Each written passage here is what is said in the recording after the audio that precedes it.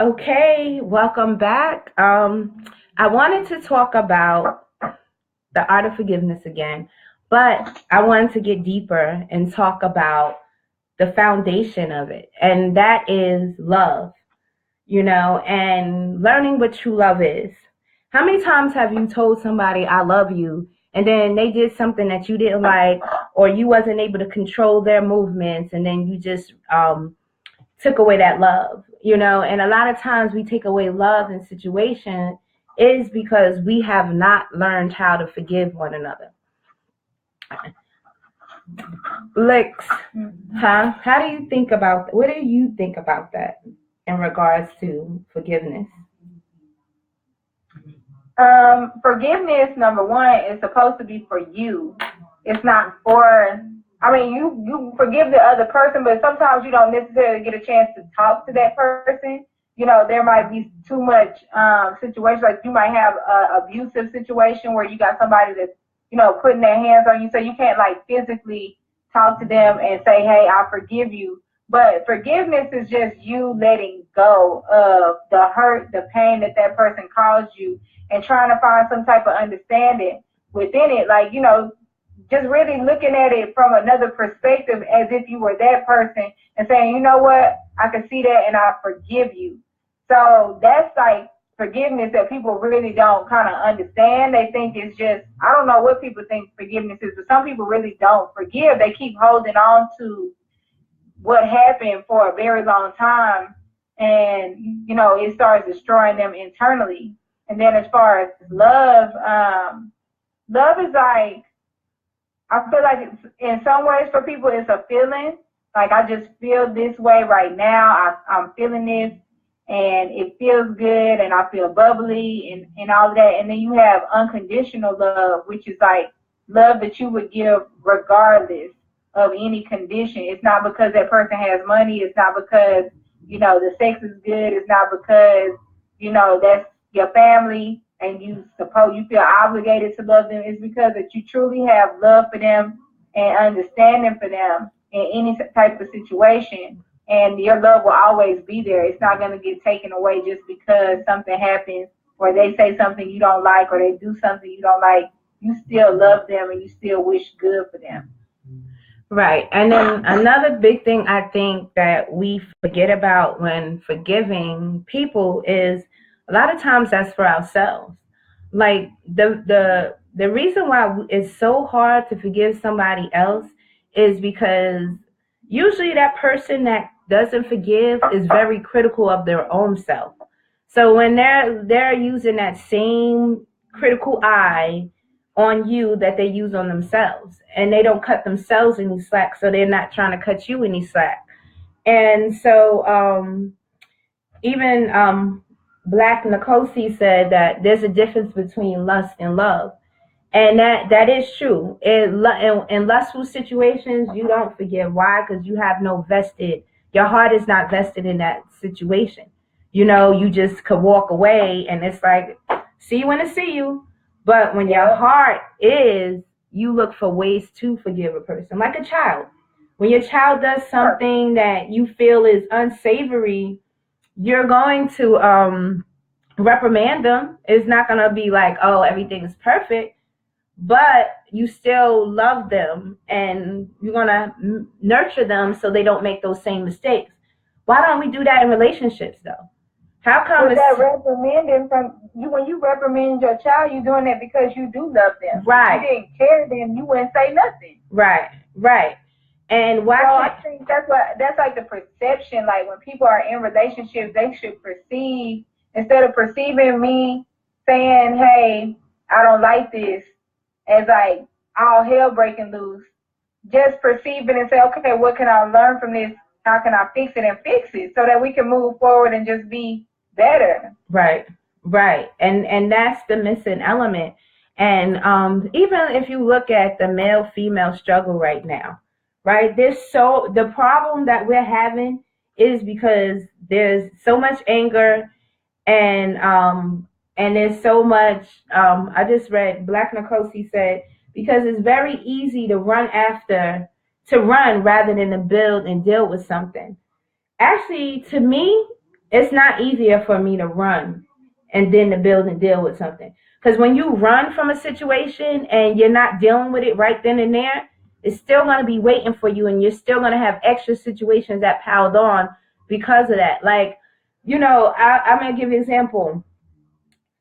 I had to, in order for me to be where I am today, I didn't have to just heal my last relationship. I had to go back into every single relationship that did not work out and see what the pattern was and see where the real healing needed to take place at.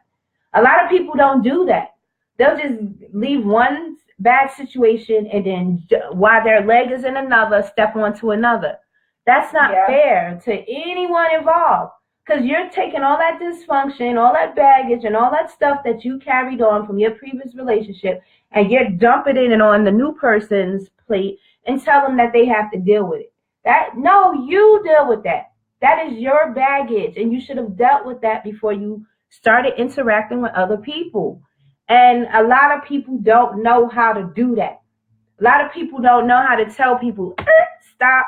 Now is not the time in my life. Right now, I'm not trying to entertain anybody. Right now, I'm working on healing and fixing me. Like, I have no problem saying that to people. Like, I'll tell a person that, very quickly because I've learned to. There was a time where I wasn't like this. You know what I mean? There was a time where it's like, what? See you when to see you. Those are called Band-Aids. Right. Rebound relationships, Band-Aids. In the meantime, they got all of those names. Between time. Right, for the same dysfunction. You need to get with yourself so you can heal before you start bringing that dysfunction to other people. And some people know that they wouldn't date themselves. Exactly. Like, how can you want to be with you? Right. So if you can't even look at yourself as somebody that you want to date, you don't need to be dating. You need to sit down and fall back until you become the person that you want to date. And it's hard for people to come to that conclusion. And that's the only way we're gonna stop this vicious pattern of passing hate on and hate. You've been screwed. How do people get there now? Because now you have men and women that have broken relationships. They have children from these broken relationships, and or some of our men and women, they died in the field. So it's like, how do these people now build, still having community, unity? Because we've been talking about, especially for our sisters, like how it's just so hard for them to have stability, to, have a roof over their head, to have, they have all these worries. Like, and I'm sure brothers have a bunch of worries. They don't have any comforts and stuff like that. So how are you able to still build, knowing that, you might not be ready for a relationship, but you still need that nurturing, you still need that protection, you still need that support. How does that happen? Well, I can only speak for myself and what I did in that scenario, or what I'm currently doing. Not for nothing, I had to rely on my sisters, because a lot of times, like, men seem to have ulterior motives. Like, you can come to them and you have no intentions on having any relationship with them whatsoever, and then they don't want to help you, like, as a brother and sister thing. I have people that I can call my brother and my sister, but it's been my sisters who's rallied around me, like, through the last trials and tribulations that I've gone through. And not to slight the men in this situation, because there was scenarios where only my brothers were able to hold me down. So I'm not even talking about that aspect of it, but I'm just talking about what it did for me. It helped me realize, it helped me gain self-love. You know what I mean? Because for a long time, only had, like, at any given time, there's only one female friend that I normally have that I talk to every single day. But I do have a bunch of them from, throughout my journeys that I hold dear to me. It's that we'll connect at certain times and then disconnect and connect, but the love is still there. But that core sister group came around me and supported me through this. So I think that's important, like building, because like men seem to have that brotherhood. Like they'll hold each other down. They'll lie for each other. They'll, as far as the negative aspect, they'll do whatever to support each other. But women, we didn't have that same type of cohesiveness. So I started, instead of building on our differences, we started connecting on our similarities. And then we realized that we were all basically on the same wavelength as far as how we wanted to live out our culture and different things like that. So we just converged. But beyond that, I think that men and women need to come together. Like that same communication. Once we build that sisterhood and we can trust our sisters, like meaning trust in the sense of I can be around you with my husband and not feel like I have to be threatened. That type of trust. See, women don't have that level of trust, and men don't have that level of trust amongst each other either. Men are not comfortable leaving their woman around in a room with other men. That's a problem. Like, that's a serious problem. You should be able to call, if your neighbor is a guy, you should be able to call on him. Or, like, if your car is messed up, you should be able to call my husband if you don't have a man and say, hey, my car is jacked up, and I know you know how to fix cars. Like, and he should be able to go over there and fix your car and just fix your car and come on back home. It shouldn't be no extra involved in that. It should be community. Right. But no, I agree. I feel like I know some brothers.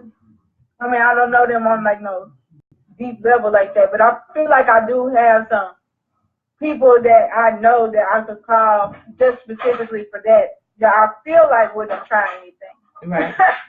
Right. But my thing is, as long as they keep that in their head and they don't act on it, you know what I'm trying to say? It's like everybody has an attraction to people. It's normal for you to find certain people attractive. Okay. But when it's wrong when someone can't feel comfortable leaving their significant other in a room with you. You know what I'm trying to say? As an individual, I would have to really question and evaluate that scenario. Like, what's going on in that scenario? And a lot of times, it's certain people just sometimes throw themselves at you, and you're not even interested. And you're like, no, I'm not interested. And then they're still like, oh, yes, you are. You must want this. No, I don't. No, thank you. You know what I'm saying? What's wrong with you? Right. We're not on that page, and it's just like, how do you find, like, what do you do in that scenario? Like, how is it possible for men to actually, have a relationship? I always laugh. And I think when I get uncomfortable, I laugh. So it's like, that's the worst thing I feel to do because it's not an answer, but it's like, that's the only thing I know how to do because I'm so uncomfortable. I'll be like, oh my God, like, please stop. Don't say it anymore. Right. But we need these answers because if we don't have these, we really can't build. Like, we really can't build. Like, I'm tired of being in scenarios like that, and to me, I was blaming it on their friends. Like, yo, what kind of friends that you have that you feel that you're not comfortable with me being around them? Like, you know what I'm trying to say? Like, and even, it don't matter what type of friends you have. Do you know the person you're dealing with?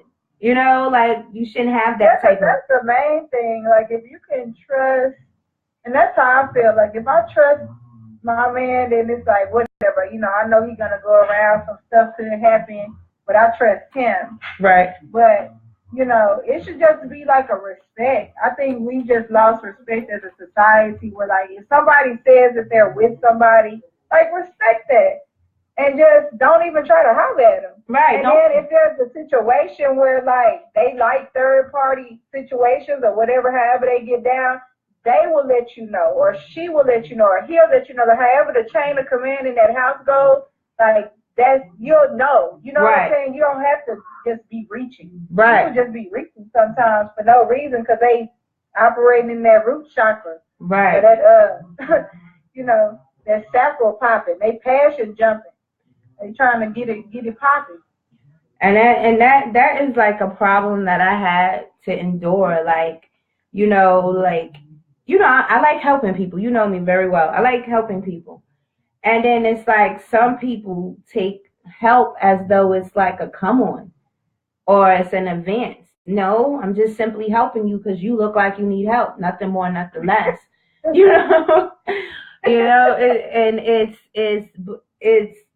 but it makes you think what is going on in their mind that they feel like they got to throw themselves at everyone who lends them a hand. That's prostitution. You know what I'm saying? Maybe they're used to being prostitutes. Maybe they're used to prostituting themselves out and getting things because of, their physical makeup or, you get them to say or whatever, and that's all they know. But when they come across somebody that's not on it like that, then that's when you hear all the fireworks. You know what I'm saying? You see all the things pop out. But we have to. Sometimes it could be insecurity too. Just not really having the affection. Like I said, I feel like that's like wanted and needed by a lot of people. And just understand like that nurturing comes in all forms. It doesn't always have to be like physical or like we're together type thing. Like, I could give a stranger a hug and it come from a good place, and that's nurturing. You know what I'm saying? Like, it doesn't have to just be all the way that we think physical is just sex or just kissing or just like taking somebody's man or taking somebody's woman. Like that, it doesn't have to be that way. But a lot of people have like insecurities and they're lacking certain parts of their life. So, and I think you're right that some people do they feel like an exchange is to give themselves to somebody else because they did something for them. But I think too, with some people, it's just insecurity and a lack, like they're missing something in their lives and they're trying to fill a void. And so, they'll fill the void however they want to. Because, I knew somebody like that, like, they would throw themselves at people because they were trying to feel better about themselves and things that had gone on with them. And, it was just an insecurity thing, like that just made them feel secure, I guess, at the time. But, Right. And this goes back to parenting, too. Because how many times do you have scenarios where you have a child who, is lacking that? You know what I mean? If they're not getting that as a child when they're young, if they're not getting that love, and they grew up in a tough love environment, that's what they're going to perpetuate in all of their relationships. You know what I mean? So it's like, this is also a wake-up call to parents. Like, how many mothers hug their sons after they turn like 6, 7 years old? You know what I'm trying to say? There's not that many. Because I get kissed on mine all the time. He be running. Yeah, but how many don't? You know what I'm trying to say? If you look around, like, and then you'll see and then society makes it look like it's wrong. Because little boys get to that age where it's like, Mom, don't hug me no more. Don't kiss me. You know what I'm going to say? And stuff like that. But that is based on society. I don't want the kids in school to call me this and that and the third. Like, why is hugging and saying peace and saying I love you turn to something so perverse? You know what I'm trying to say? Like, we can't even have that bond because people they take advantage of that. You know what I mean? And we need to find a way where being cordial and nice does not equate to me trying to holler at you or me trying to talk to you or get in your pants. It just means have a nice day. Just being nice. Right. It's called being courteous and considerate, compassionate. Like, those things just have to come back. Right. And I think it's just slowly but surely, like, the more you meet people, because I meet strangers all the time. Every day I'm talking to new people. And, I think that's my goal in talking to them is just like letting people know that there's compassion. And because of that, like when I needed help, especially when I go to Home Depot and stuff, people be running to help me do stuff, and it's just that. And I have felt so good about that because, it's mostly men that hang out at Home Depot. None of these men wanted anything from me. Right. All they wanted, to do was to help me. And two, I think that was my mindset as well. Like, I came in there to do business and get stuff done. I didn't have that mindset too. Maybe sometimes as women, we have to see if we're subconsciously like putting out attractors or feeling like I hope somebody flirts with me, or there's some type of insecurity within that we might have that wants that, because that may be another reason why you're attracting it or why it is attracted. Because just thinking about that situation, like I was able to get, I've been able lately to have like some nice help from people that don't want nothing from me, just genuinely help me, and I feel like it's just a return of like what I've been doing. See, I thought that, like, I would think like that, but those scenarios, it just, you think they're like that, and my mindset was like that, then find out when my man is not around that people have ulterior motives. Now, you think everything is all good and good. I'm going to help you, da-da-da-da-da. But as soon as the cat's away, the mice want to play. And those are the type of scenarios that I'm talking about. That's not fair and that's not right. You know what I'm trying to say? Like, if someone, like, I don't know. I just think that you should be who you are if my man is there or not. You know what I'm trying to say? It should be the same type of interaction. And just like if you went into Home Depot with your spouse, that's how I want to feel alone. And, it's just like it just goes beyond that sometimes. And that don't even be your intent. So I find myself when that happens, you have to put those brakes on the people. Like, all right, fall back. This is not what this is. This is where I'm trying to head. This is where I'm going. My focus is not on that. And it takes a lot of redirection. You know what I'm trying to say? And yeah, so that's like there's two people that goes back to what you were saying. Like, if somebody comes in my house, they know that I'm married, they try to holler at my husband behind my back, then yeah, you don't need to come around no more. But he should have made it very known to you that number one, it was wrong. Two, you're not welcome in the house no more. And, address it with me either right then or, address it after and let me know, like, this is what's going on. And this person, Right. But then, like I said, sometimes these days people be into, they have their door open for different things. So if that's the case, then like I said, just follow the right protocol or the chain of command on whoever you feel you need to talk to for that type of situation. Right. But it's up to your spouse to put their foot down and be like, no, I want this is who I love, this is who I'm with. You should respect that. Right. And if you can't respect it, then you don't need to come around. Right. And it's up to them to kind of put their foot down. And if not, then it's like insecurity issues on both sides at that point. Like, everybody insecure. You ain't secure in this relationship. The person who's trying to holler, they ain't secure. They ain't a good friend. Like, because it's a principle and stuff too. Like, your principles, well, morals and values rather, like, those should still be intact. But a lot of people don't have no kind of morals and values. Everybody's like, real free spirited and do whatever they want to do. Like, it ain't no universal laws in effect. And that's a problem, the biggest problem. Because it's like, if people were equally yoked with like minds, like, one issue I have, polygamists, leave those that are into monogamy alone. Like, why do polygamists want to prey on monogamous people? I don't understand that. Or why do monogamous people want to trap a polygamous person? Let those people go with amongst their people. You know what I'm trying to say at the end of the day?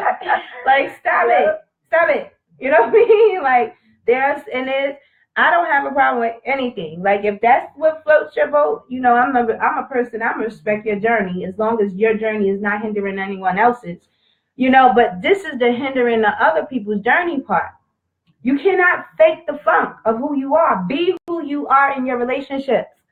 And then forgiveness will come easier because people will already know and what to expect. It's that switch up stuff that people do because they're not honest in their relationships that things fall to the wayside.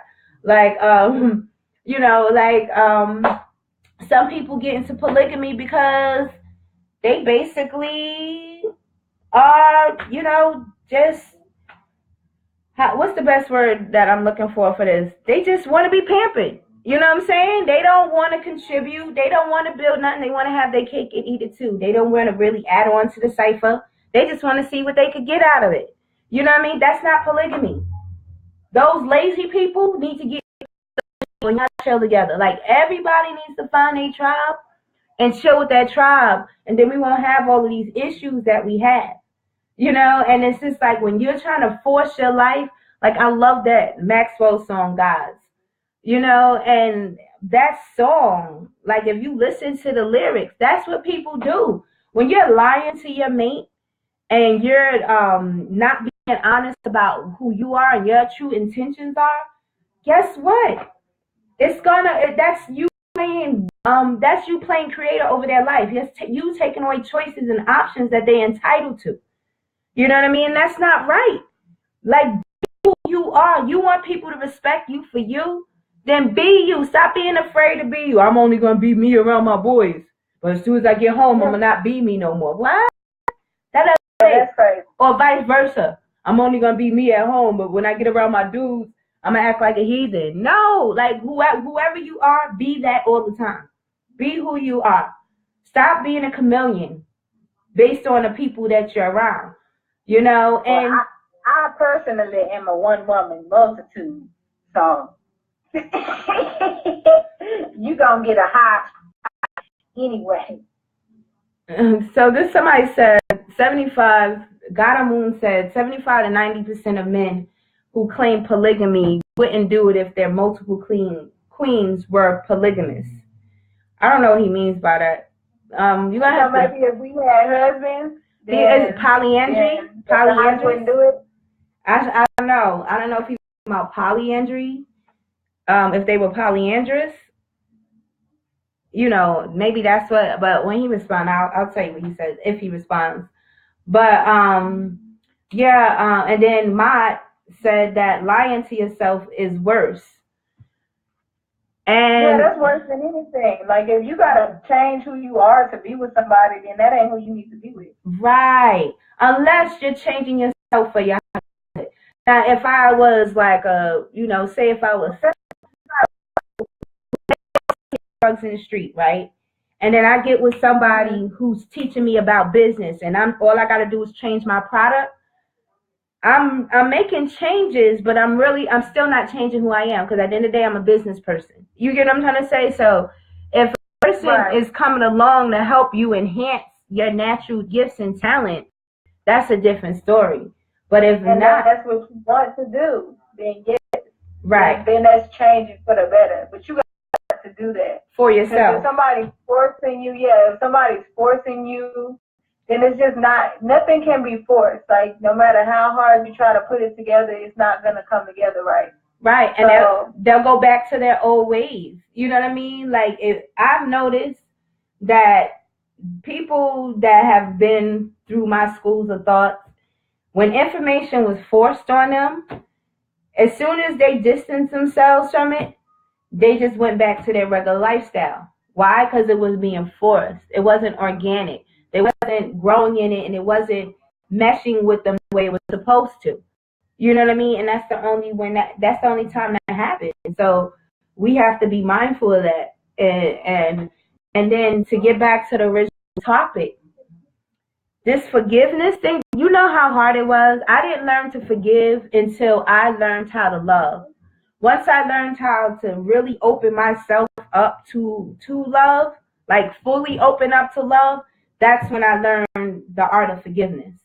And I never, cause when my heart was closed off, I could not forgive. I was holding on to baggage. I was holding on to grudges. I was holding on to past hurts that people have done to me, like years away. And then, just because I was the type of person that when traumatic happened to me, I suppress it and just bury it, and then like pretend that it didn't exist. But now that I'm older and have been given the opportunity to go back and reflect on all of the situations that have plagued me throughout my life. And once I did, and look, when you're doing this, and this is an exercise that I gave to one of my clients yesterday. When you're doing this and you're going back and you're thinking about all of these past hurts, you have to hug yourself. Like when you feel that pain, tight. I mean, when I say hug yourself tight, I mean hug yourself like tight, till you feel that pain being released at the time that you're hugging yourself. I promise you, if you do this, you'll see what I'm talking about, and it is very therapeutic. You know what I mean? And I do this every now and then. Like if I'm having a pessimistic thought or something negative, I do it. I hug myself. Or if I'm thinking about something that hurts me or something that did hurt me, I hug myself like that, and it really works. And one of my clients, I had her do that yesterday, and she was like, "Oh my God, that was so therapeutic. It really does work." So we have to learn as a people, before we forgive others, we got to learn to forgive ourselves. And that exercise that I just gave you is part of what we do in learning to forgive ourselves. You have to go back and think about mistakes you made, because this is the easiest way to forgive yourself. Don't keep the pain, keep the wisdom obtained. Okay, yep. I'll say that again. Don't keep the pain, keep the wisdom obtained. When you do that, I was just gonna add to that and just say that the lessons are more valuable, you know what I'm saying, than the pain that you went through. Like when you think, it makes me think about Shaolin monks. They go through the worst stuff. Like that process of becoming a Shaolin monk is such a tedious and strenuous process. Like that's not for the faint of heart. Right. Like they walking on like spikes and fire, and it's a bunch of mind over matter. It's a bunch of just trials that they have to go through to become greater. Right. And so you got to look at all of those small incidences of what would be called quote unquote hurt, and look at how it grew you and made you greater. And then, also I wanted to add that rose quartz is very good for self-love. Mm-hmm. It really helps to heal the heart chakra and really open that up. So that's another thing. If people are into crystals and they could get rose quartz, they can get bracelets or a necklace made out of rose quartz. They even have rose quartz hearts. So it lets you know, it reminds you that is for opening your heart chakra, and that is specifically, rose quartz has a lot of other properties as well, but it specifically helps with self-love and loving yourself, and it's a good reminder of how you should treat yourself, because it's a beautiful stone. Yeah, and one of my sisters, anybody, you can inbox me. They make chakra jewelry, and I can, if you need any jewelry or any stones and crystals that will help balance out your chakra, inbox us, me or Lex Lou, and we could get you that information of where you need to go to get the crystals. But the crystals, I can attest to that, because I got crystals on happenstance. You know what I'm saying? Like, I was at the zoo and with the kids. I took the kids to the zoo. And you know how they have the little gift shop. So I went to gift shop, and the amethyst, the pink quartz, and the clear quartz called out to me. And that's what I purchased. And when I tell you, though, just with those 3 stones, how my whole life has changed from that moment that I bought those crystals, like so much has opened up for me. And I know people make jokes and fun about oh, people think this does that. If it don't work for you, it's not for you. Not you got to find what works for you, because we all have individual things that work for us. Like, for instance, kryptonite hurt Superman. You know what I'm saying? But not anybody else. So, like, that shows you that there are certain crystals that resonate with some people, with some weaken them, some make them strong. You know you. Pick what the path is for you. But don't try to tell anybody that what's working for them doesn't work. Like, some people need religion. Let them have their religion. You know, if it's making them a better person and it's keeping them on an up and up, let them have it.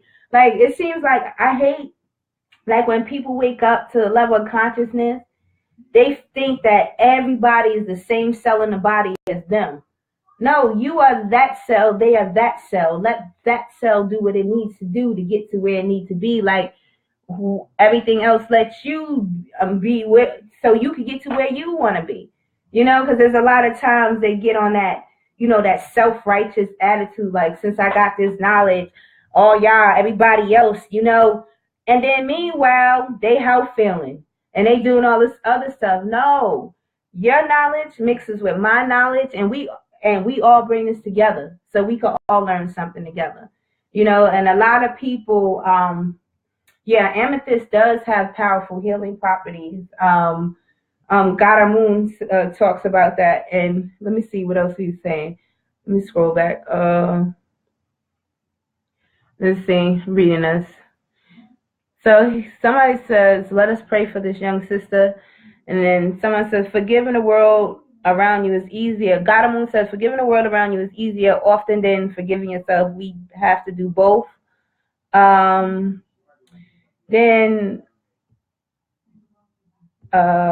let's see. And then I don't Gadamoon, what greatly enhances your Taurus field? Were you talking about the rose quartz or the amethyst? Comment you know what you were referencing. I was just trying to make sure I got all the comments in. But when you do that, the rose quartz. He's talking about the rose quartz.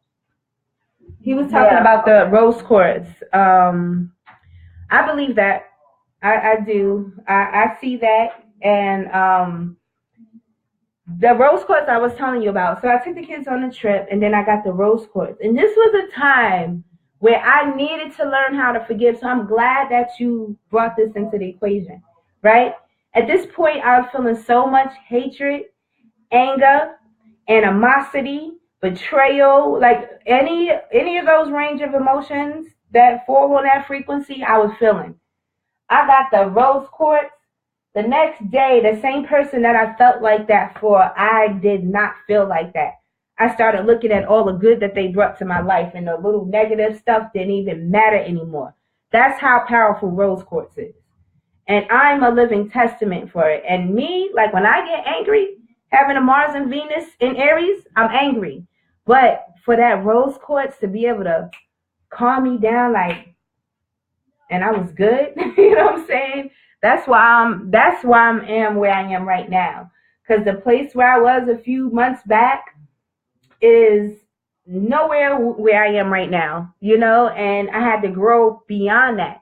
And then once I gained all of those tools and learned how to snap back, that's why I decided to, you know, that saying, whom much is given, much is required. Well, that's why I started these services and helping people, and, you know, because I had to give back what I learned, you know, and that's the biggest lesson: forgiveness. Rose quartz, it helps you find that. The amethyst and the clear quartz opened up my mind so I can see why I needed to forgive. You know what I'm saying? And where did all of this stem from? Because a lot of stuff we go through in this lifetime, not for nothing, has to deal with people that had came here before us. You know, we're dealing with generational karmic stuff that's going on, and we're here to clean it up. Part of us that's here created this problem. The other half is here to clean it up. But at the end of the day, in order for us to do that, it starts with loving yourself and forgiving yourself. You know, honoring you. Because if you, like in the beginning of the talk, Lex, when he was talking about Will you date yourself? Ask that question. Would you date yourself? Like, why would you date you? So that's what I want y'all to do. Like, I want y'all to inbox me. I really want y'all to inbox me. Inbox me, why would you date yourself? So I'm going to see who's here right now. Andre, Gadamoon, Maat, Steven, let's see. So Florencia, Azim, Keith, Devlinix, let's see. Jaywan, Black. I want y'all to all inbox me if you would date yourself. Date yourself. And why? What's so special about you? Yeah. And then, you know what? Another one of my friends, he had this dope idea. I'm about to tag him in here. He had this dope idea. Oh, what's that her? That was Kima. I'm sorry. That was Kima. That was Kima who did that. I'm about to tag her. Kima, I just tagged her. Kima had this idea, and I thought it was so dope. Kima had this idea where people are writing love letters to themselves. That's even better. I like that idea. You know what I mean? Like, that's beautiful too. Right. We did that in a conference. Right. Oh, you did? That helps with communication skills. Like, say something to somebody that you've always wanted to say something to. Say something that you probably wouldn't just say to somebody out loud, and then it would say something to yourself. Right. What would you say to yourself? And it lets you know like how you communicate. Like when you write it down on paper and you see, the way that you think, it lets you know like maybe how you're communicating with other people. Right. If you're like, harsh, filtering, like refining, not to say filter, but just refining the things that you say, and even to yourself. Like, do you really hate yourself? Like, do you dislike yourself? I know I went through a lot of self-love issues, even this year, just learning how to love myself even more. Crystals help, meditation help, having good friends help, because it's just all growth, and then being able to recognize lessons when I see them. Like, everything is a lesson, and once I realized that, that's when my whole life got better, because I didn't look at things as good or bad. I looked at things as a lesson, or, what people would consider a blessing. I don't say blessing, I say more abundance in my life. So It's either a lesson or it's abundant. It's adding to my life in a different way. Because the lesson is adding to it as well. It's adding to the growth that I need to make. Right. Right. So, yeah, people definitely need to write a beautiful letter to themselves. Right. I thought that was a great idea. And I'm going to, you know what? I want to do that more often. Like, I think I want to write myself a letter once a week. You know what I'm saying? Like, I want to try that out and just like a recap of how my week has gone and just do that and see how that went. And I might put it in a book. You know what I'm saying? Might be in one of my next books. Who knows? But, because I am working on the second book right now, my When Love Speaks series. And this one, the first one, Lessons in Life and Love. This one is called When Love Speaks, the Art of Forgiveness. So that's with another theme. And I'm also working on my affirmation book. So both of those will be done, I'll say definitely by December. I'm trying to have them done so they could be, I don't subscribe to the season, but stocking stuffers, or people tend to have extra money around that time of year to purchase things and share things with their loved ones. I'm not going to knock people for whatever their celebratory practices are, but I'm just trying to get it done. Really, I want the Love Speaks one to be done before Libra season is over. I really wanted to market it during Libra season. And that's right around the corner. It still might happen, because how I work, like my last book, I created that last book I wrote. It took me a day and a half to do it. And of course I had most of the poems already, like I do now.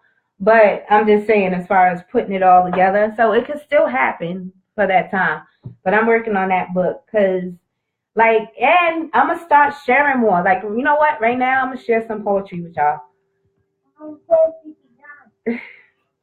Richie,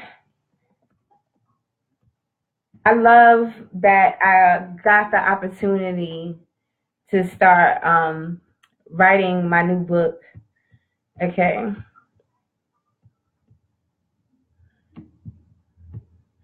Okay, this one is called, I don't know if I read this poem before.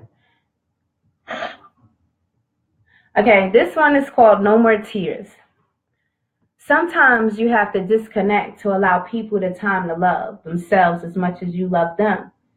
And although it is a hard thing to do, it must be done. You have your memories of the fun times you share, but the lingering memories of the bad times are still there. With hopes of new happy memories replacing the despair, realizing that you have to walk away battered and torn with a little care left in you. You try again. Although it was a battle to the death, so it seemed, but the hope of tomorrow still gleamed in your heart. There appeared the ravens with remnants of your heart, the spark of the phoenix with Venus gazing on, singing her song of love. You look above and you feel the sun's beaming light, reminding you there will be no tears tonight. You gave a good fight, but the best is yet to come. You can get there. There's so much left to be done in life. So disconnect from the pity parties. Say sorry to yourself. Safeguard your inner wealth. Carry the wisdom attained and keep living.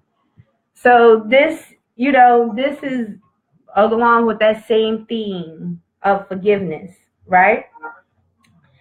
And this poem, it's untitled, but it says, like a phoenix, I rise from the ashes, acknowledging my wounds from the lashes I received on the way up. Still on my journey, burning the parts of me that no longer need to be, to rebirth a person the world has never ever seen before. All because I chose not to give up on me when I saw everyone else had.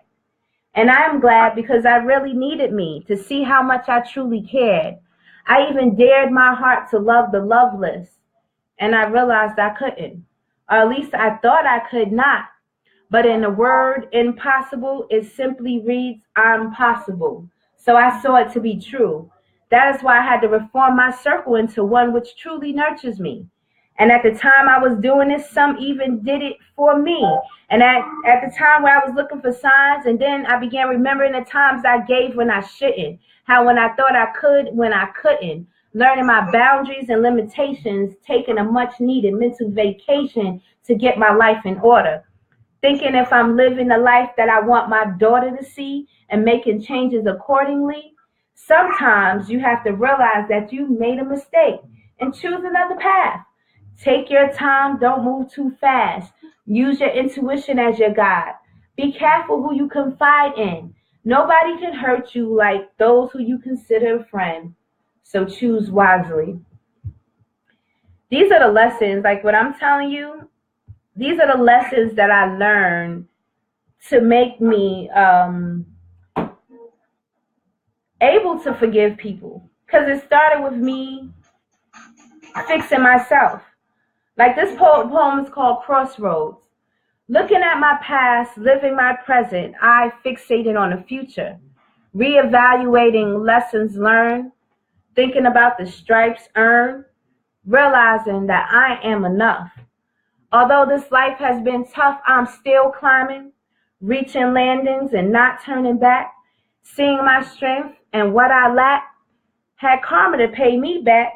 And humbly I accepted the lesson that I'm no greater nor lesser than anyone else.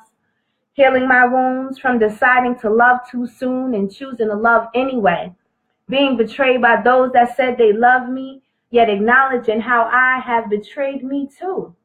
Outer reflections of lower side of me and you. So with all this knowledge, what do? Well, I chose to revamp myself into someone new.